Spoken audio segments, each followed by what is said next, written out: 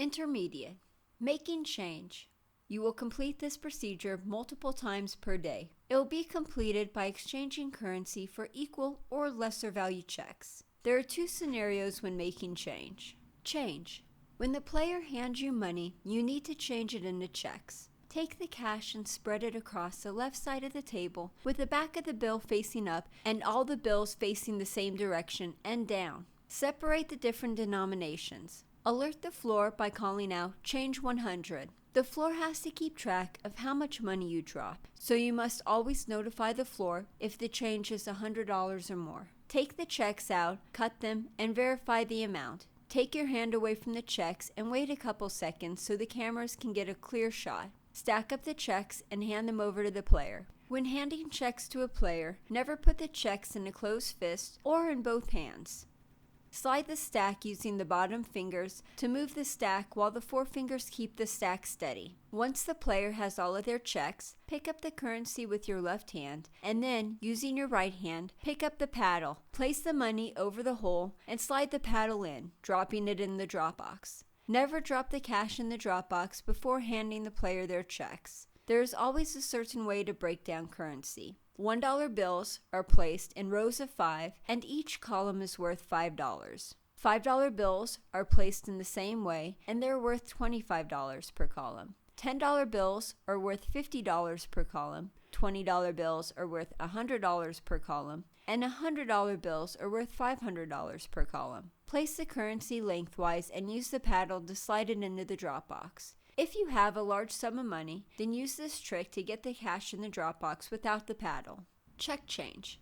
When the player hands you a large value check, you need to exchange it for smaller value checks. Take the check and place it on the left side of the table. Take out a handful of the lesser denomination checks and bring them to the right of the center table and size into them, verifying the correct amount. Call out check change 100, and after receiving approval, slide the stack of checks to the player. Pick up the check change and place it in the rack. Never put the check change in the rack first and then hand the change to the player. And never drop the check change in the drop box if it is from your casino. Place it in the rack instead. The only time you would drop checks in the drop box is if they were foreign checks.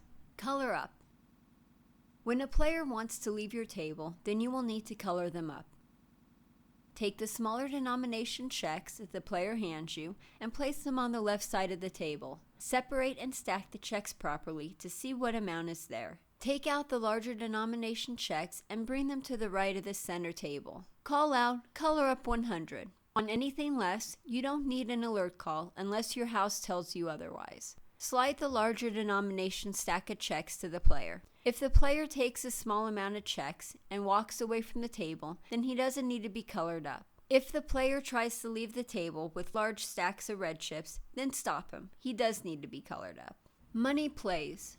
The casino prefers that the players play with checks, but if a player insists, then they can play with cash, and this is called money plays. When the player walks up to the table, they will usually declare that they wish to play with cash, but there will be times when a player lays the cash on the betting circle and says nothing. Ask the player if they want to play cash or checks. Don't continue until they verify what they want to do. Give an approval call saying, money plays 20, and wait for the floor's approval. Some players are superstitious and will loudly complain if you try to touch the money. When this happens, call out, money plays to the table limit. By saying this, the player can only win or lose between the table minimum and maximum. Any extra will be given back to the player. Pick up the wad of money, straighten it out, and spread it so the cameras can see. Folded money is not allowed to be played. Deal the hand as normal. If the player loses, take the money and spread it out on the table so the amount can be verified. Drop the money in the drop box. Do not just grab it and throw it in the rack while continuing on. If the player wins, take the money and lay it out so you know the amount. Take out the correct number of checks and place them to the right side of the money. When the player wants to split or double down with a cash bet, the first thing you need to know is how much the person is playing. If you don't automatically know, then lay it out, verify it, and then verify that the second bet matches. Be aware, it is possible for the player to grab his cash bet that he just lost and run. If this happens, call the floor or security immediately. Changing the deck. A shoe game gets its deck changed every 8 hours. A handheld game will change their deck every 2 hours. This is to eliminate the possibility of someone cheating with a fixed or marked deck. The cards are then taken to a company that cuts off the edges and then packages them for resale for the casino gift shop. The procedure starts when the floorman takes the old decks off the table, opens the new decks, checks the cards, and then places the new cards in the discard rack. As the dealer, you'll take the cards out of the discard rack and spread them on the table face up. When spreading the cards, it is good to spread them evenly without any chunks or gaps in between. This allows the cameras to see them better, and it protects you if there are any defects found later in the game. Verify that all the cards are there and that they are not marked in any way. Then pick up the cards and spread them again so that the back is now facing up. Check to see if there are any marks. Once you are done checking the deck, place them in the discard rack until all decks are verified, or place them in the shoe if you are changing 6 decks or more. Wash the decks and then shuffle. Multiple hands. A player is allowed to play 2 or 3 hands depending on the casino, but they might have to double or triple the table minimum per hand. The player must play his first hand before doing anything with his second hand. Multiple hands on a handheld game. There are 2 methods you can use when pitching to someone who is playing multiple hands. For both methods, the first hand will always be pitched behind the bet. Now the first method involves you pitching the second hand in front of the second bet. The second method has you placing the second hand neatly in front of the second bet. The second method makes it easier to immediately tell if someone has touched the cards because then they would be crooked. The player must play his initial hand first before he can touch the cards on his second hand. The only exception to this rule is when the dealer has an ace up card and is asking for insurance. Then the player can look at both hands to see if he wants to insure them or to see if he has a blackjack. A dead game.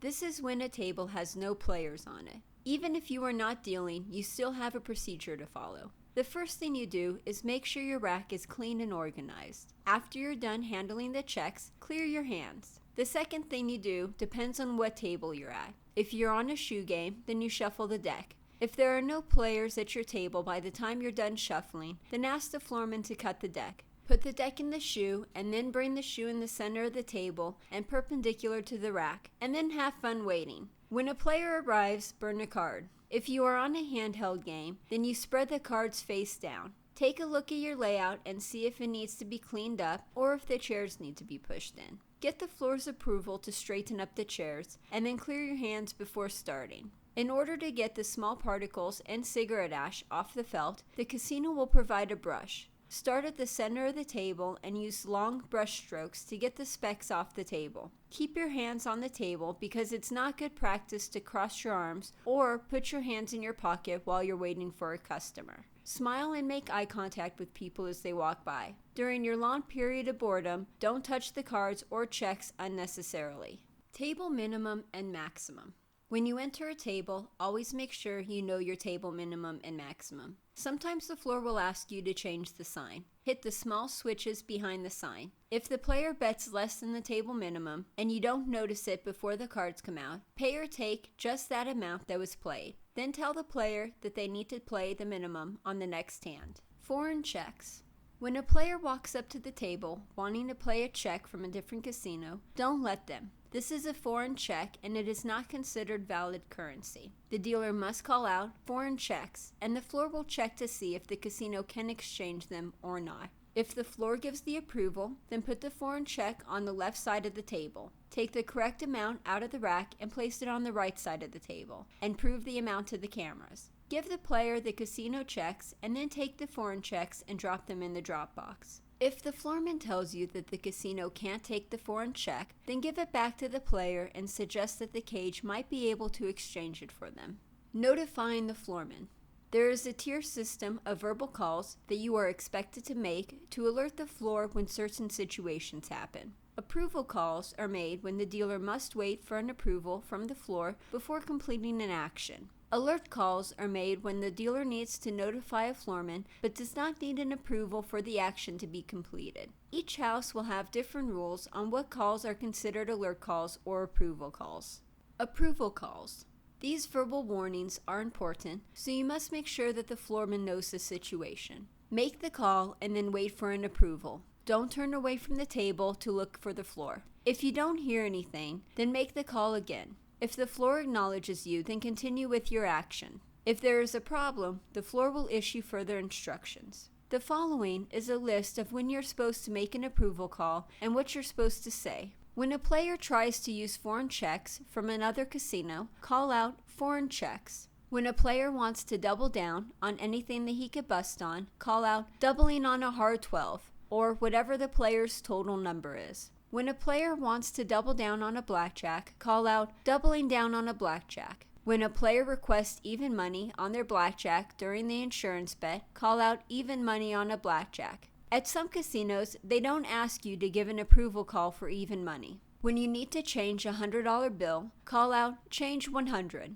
When a player needs you to change their $100 check for smaller denomination checks, call out check change 100. When a player wants to bet cash, call out money plays 100, or whatever amount the player gambles. When a player wishes to leave the table, trade in their many small checks for 1 or 2 large checks. Call out color up 100, or whatever amount above $100 that the player colors up with. When a player suddenly plays a large bet compared to what he was playing before, call out checks play. When you're pitching a handheld deck and one of the cards goes over the table edge, call out card down. When you drop a check or roll it off the table, call out check down. When a player requests a marker, call out marker. When a player wishes to pay off his marker, call out marker down. And for anything that would make you break from your normal dealing procedure, call out floor, and they will come over and help you with your situation.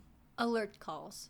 This is only meant to notify the floor. You do not need to wait for an approval before continuing with your action. When changing a $20 bill, call out change 20. When it's time for the dealer to shuffle the shoe, call out shuffling. When you are done shuffling the multi-deck and you need to roll it, call out rolling. If there are no players that want to cut the deck, then the only one left to cut is either the dealer or the floor. If the floor isn't around, then the dealer will make the cut by first calling out dealer's cut and then cutting the deck. When a player doubles down with less money than their original bet, call out doubling for less. When a player places his bet after a card has come out, or if he places his bet outside of the betting circle, then say no bet and push the bet back to him. Every casino is different.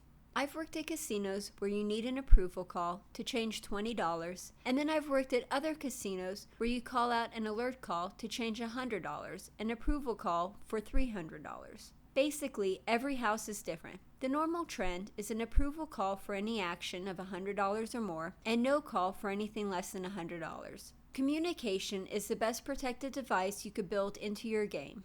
Advanced. Markers.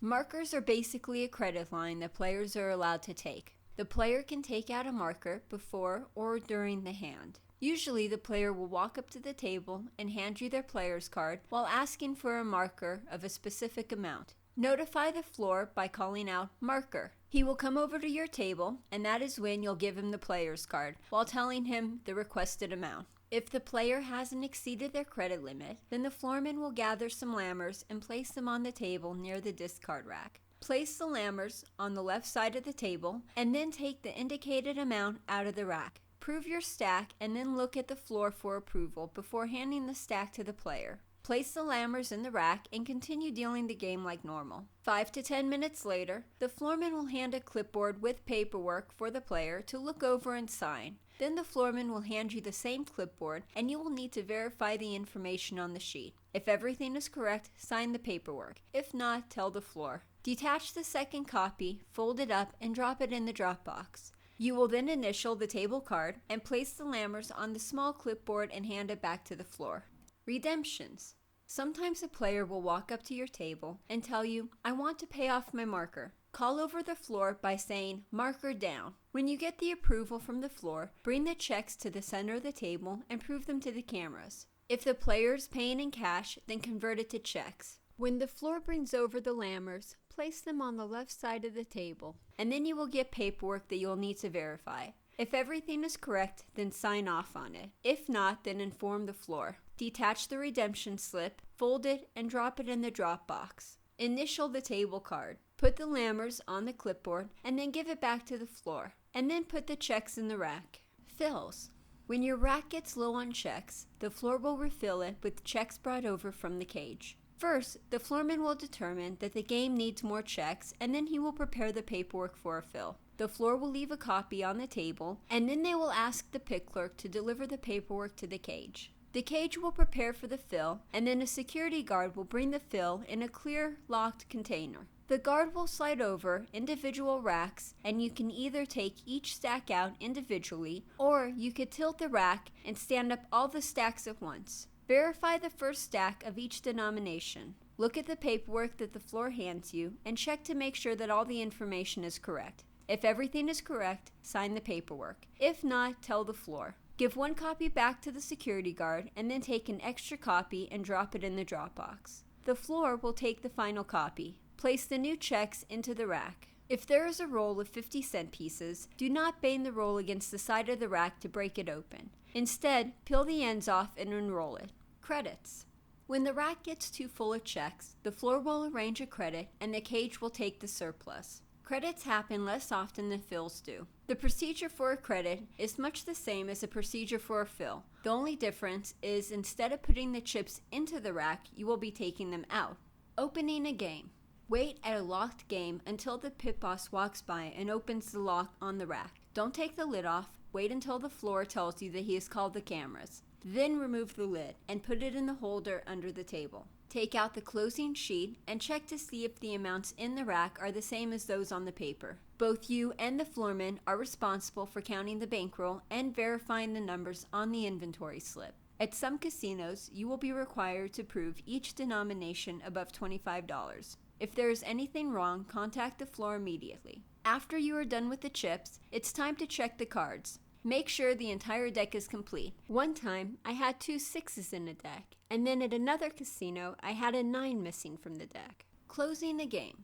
At the end of the night, the floor will ask you to bring up the lid. Make sure to keep your eye on the rack when you do so. Wait while the floor calls the cameras before you begin running down the checks, starting from the highest denomination. After all the denominations are verified, look at the closing sheet to double check all the numbers. If everything is correct, then sign the paperwork. Place the closing slip in the corner of the rack and wait for the shift manager to come by, verifying and signing it. After you place the slip back in the rack, lock the lid, and then check to make sure that the lid is locked. Clap out, take your tote box to your designated area, and then either go on break or go to the pencil. The road map, the rubber band, and the pencil. When you come into work, you will need to look at the road map. This map tells you what table you're going to be on for that shift. It also tells the shift manager where each employee is supposed to be. If you are on swing shift, then you will go from a road map to a rubber band towards the end of the night when the tables start closing. The rubber band is when the pit boss looks at a list with a paper clip next to the name of each person who needs to go on break next. Then he will find a dealer from the crowd who is usually standing in front of him to go and relieve the other dealer. This will continue until there are no more dealers standing around the pencil. The pencil is the name for the person who handles the road map and the rubber band. The relief dealer.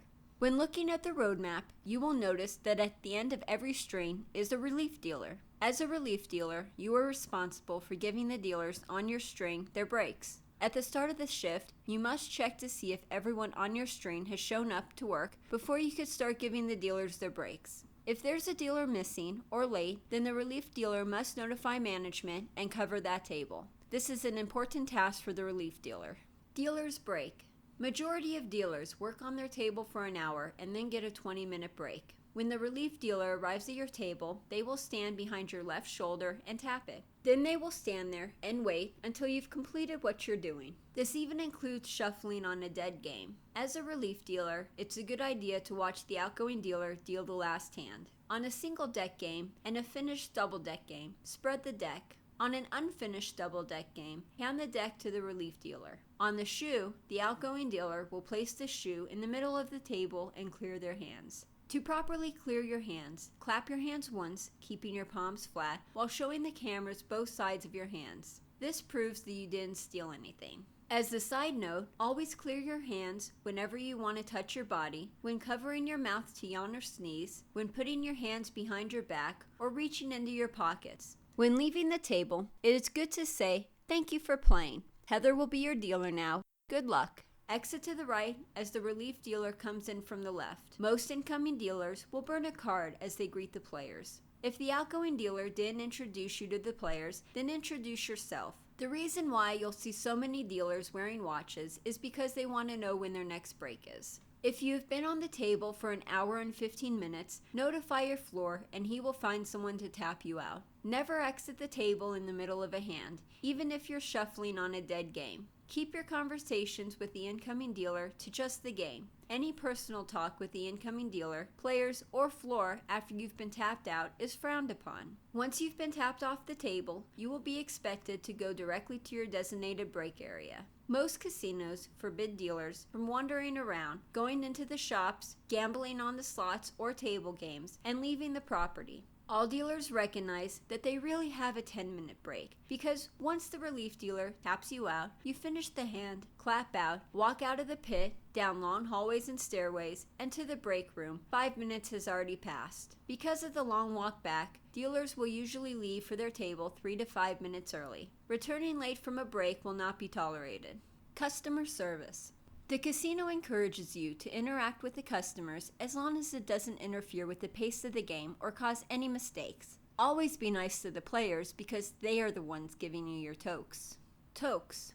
This is just another word for tips. When a player tips, you say thank you. Always pay the player's bet first and then pay the dealer's toke. When a player splits or doubles down on their hand, then they can do the same with the dealer's tokes. If the player splits their hand and does not put a second bet out for the dealer, then the dealer's toke has to go on the first hand. After everyone has been paid and all the cards have been picked up, then you can pick up your toke. There will be a toke box hanging on the edge of the table that you'll be required to drop your tokes into. You'll need approval from the floor when coloring up your tokes to a green chip or higher. You don't need approval when coloring up to a red chip. Never drop a black chip or higher into the toke box. Don't leave the tokes next to the discard rack, waiting to be colored up. If the player gets a blackjack, then the dealer's tip also gets paid 3-2. Never transfer the tokes from hand to hand, and keep in mind that the casinos have a maximum amount that the player can tip you. Don't try to be coy or sly, and try to persuade a player to bet for you or give you a tip. This is called hustling a toke, and you could be fired for this. In some casinos, if a player gives you an option of playing or dropping a toke, then you must drop the toke. Politely explain to them that once given the option, the dealer must drop the toke. Dealers are not allowed to parlay their tokes. As soon as the tip wins, it must be dropped in the toke box. There is a legal way to parlay, but it's risky for the dealer. If the player places the tip on top of their bet and then they win, the player can parlay the tip on top of their next bet. Unfortunately, doing it this way means that the tip is still considered the player's money. So if they decide not to give you your next tip at the end of the parlay, then there is nothing you can do about it. Sometimes the players will take your tip and the winnings. Keep an eye on your tokes to watch and make sure that no one picks them up. If someone does, just say, "I'm sorry, sir, that's my tip. Thanks." When a player buys insurance, they can also buy enough to cover the dealer's tokes. Game security.